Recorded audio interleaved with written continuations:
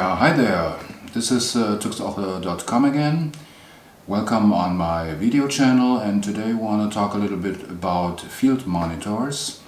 And if you think right away about video, you are right, but those field monitors are also pretty usable in still photography. Let's say, for example, macro or close-up photography, or even better on stacking. You just get more details on a field monitor compared to the small displays from the cameras. So what I bought is the Feelworld MA5, which come in this convenient bag. And as you might guess from the name, it's a 5-inch monitor.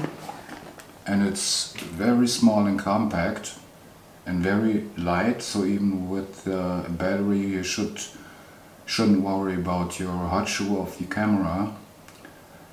Flash gun with the 2 or 4 batteries should be even way more. Okay, here's the monitor, and what's very nice about this monitor, here you see the connectors for the regular Sony NPF batteries, which are very commonly used in video environments.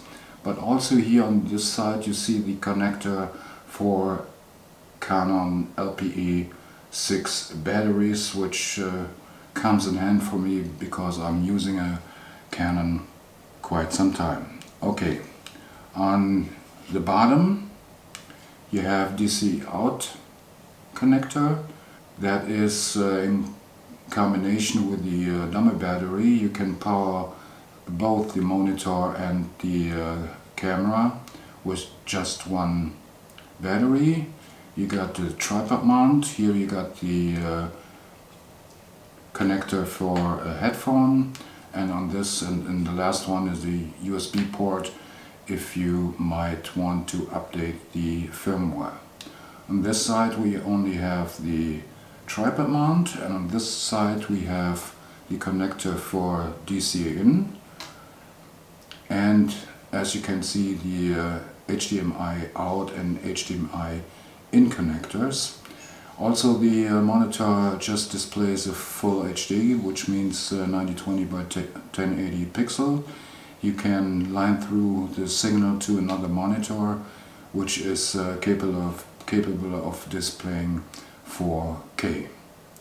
Okay, and on the top you got the menu buttons, and the 2 function button which you could store some of the functions to it. So let's mount the little monitor to a Lumix camera and go just a little bit into the details. Okay, we mounted here the MA5 to the Lumix G81, and as you can see the touch screen of the camera is fully working. Here you got the audio signal, so you can judge that one, and the little one here from the audio signal is the one which comes from the camera. Here on top you have the menu buttons, and then you have to go through the arrow left and right. Go to the right. Here you can switch the language, for example the aspect ratio. You can determine if the menu is transparent and at which position it is displayed. You can determine if the power up is automatically, or in this case manual. Place menu again, go over to the next one. Here you have the zoom mode, where you can zoom in additionally into the image, but it's only valid for the center of the image. You can't zoom in like a corner of the image. That's a disadvantage. Then we go over to this. Here you can customize the function which you can see in the monitor display, like center markers or save frames. I set them to 90% just to avoid that important objects in the video will be placed too close to the corners. You can set a 9 grid, but that's the only one.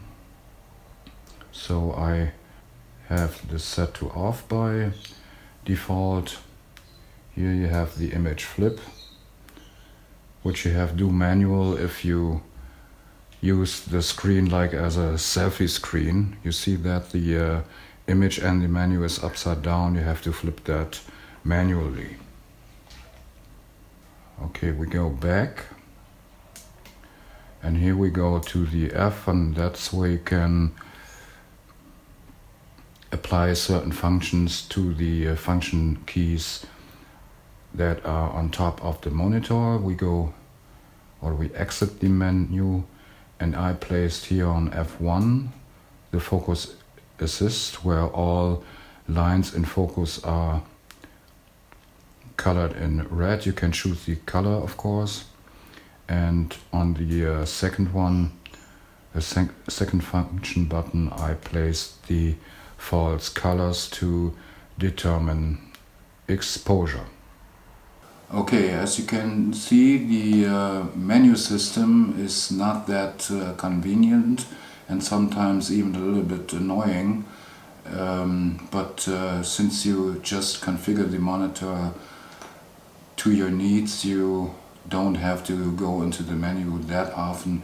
Maybe to set the monitor brighter if you're outside, or maybe some other functions. As you could see, if you use the two function buttons which are provided, I personally set them to focus assist, to display little red lines around the areas which are in focus. So you can change the color too if you don't like red.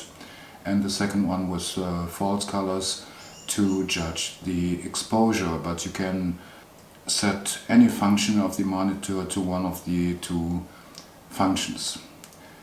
And the monitor is bright enough even for outside. There is a little sunshade which you can attach around the monitor, and it's pretty convenient. Even in still photography, you just see a lot more on this monitor compared to the little displays which you usually have on the cameras.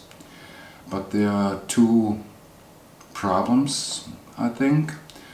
The one thing is with the Canon 6D, if you do the connection via HDMI, the internal camera display is turned off, so you don't have touch control, mainly for the focus points, and that's pretty bad to me.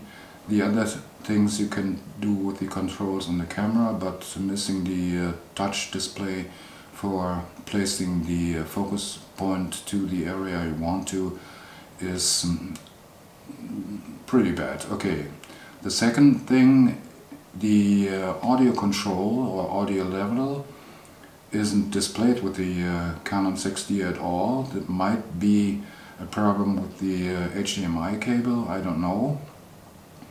And on the Lumix you have still the full control with the touch display from the camera. That is very fine, and in conjunction with the focus assist, I even made it to manually focus close-ups or a little video scene. But I tried this connector on the bottom for your earphones or your headphone to monitor audio control, and with the Lumix G81, even I set the volume all the way up on the monitor and all the way up on the headphone. I could barely hear the audio, so that is one of the main reasons this monitor goes back to Amazon. I don't know if it's a problem with this device I got here, or if it is a general problem of the Feelworld MA5.